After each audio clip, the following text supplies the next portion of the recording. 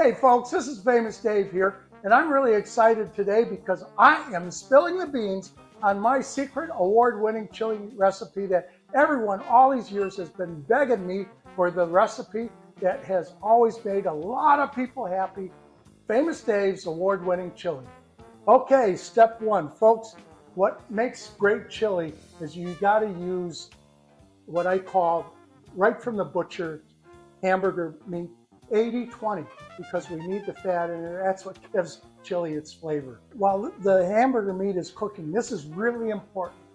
I always use a cover to cover my cooking meat because while it's cooking, everything's evaporating, and we do not want to evaporate all those tasty juices.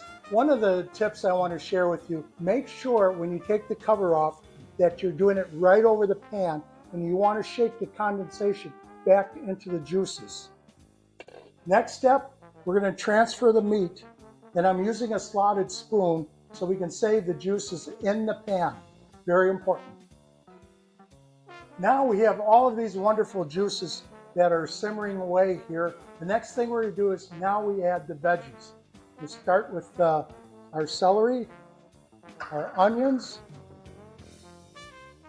and the green pepper. Now we just mix it all up where it's kind of bubbling away in those nice juices. While it's simmering, I'm going to put the cover back on. Again, it's so important to save all of the flavorful juices. Again, when I take off the cover, make sure you hold it over the pan so you get the juices going back into the pan. Now, as you can see, the onions are translucent. All of the veggies are really soft. I think one of the key things about this chili is that it's true chili. It's not vegetable soup. So we don't want the vegetables to be still looking like vegetables. There's a lot of tomato products on the market. What I like the best is Hunt's crushed tomatoes. We're going to add a whole can, 28-ounce can of that. 2 cans of Hunt's petite diced, not regular diced, but petite diced.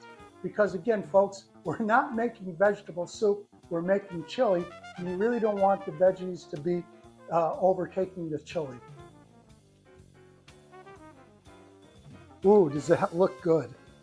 Okay, as we keep building our chili, we're going to add the seasonings. Now, one of the things I want to talk about when it comes to seasonings is so many times I watch people when they're cooking, they go to the cupboard or the pantry and they pull out a seasoning. And sometimes those seasonings that have been sitting around for months and months or even years.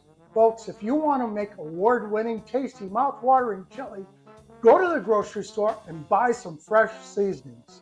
So the seasonings that we're going to be using today are chili powder, fresh ground cumin, and our Famous Dave's Cajun seasoning. All right, I'm just mixing in the seasonings. And now that I got everything starting to come together, we're going to add the liquids. 2 cups of Swanson's beef broth. I think it's the best on the market. It's the one I recommend. 2 cups. One of the things that makes this chili so tasty is a good full flavored bottle of beer. Not for yourself, but for the chili. Now we're going to really jump up the flavor by adding Famous Dave's Texas Pit barbecue sauce. And then to give it the heat and flavor, Famous Dave's Devil Spit, which really makes your taste buds awaken, that's for sure. We're headed down the home stretch. The last few things we need to do is we're going to add that little extra added flavor with some Baker's unsweetened chocolate. And we're just going to take and fine cut these up, chop them up, add that to the chili.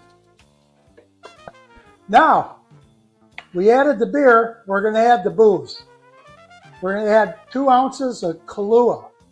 The reason why I like Kahlua, because one of the things that makes chili sort of tasty is we added the chocolate, and along the chocolate flavor lines, Kahlua, which is basically a coffee flavored drink, so coffee and chocolate really go together. Now we're really headed down the home stretch, folks, and as you know, as I've been making the chili, the one thing I haven't done is added the beans. Now I didn't add the beans because when you stir, there's a chance that you're breaking the beans apart. So to preserve the integrity of the beans, I only add the beans until last.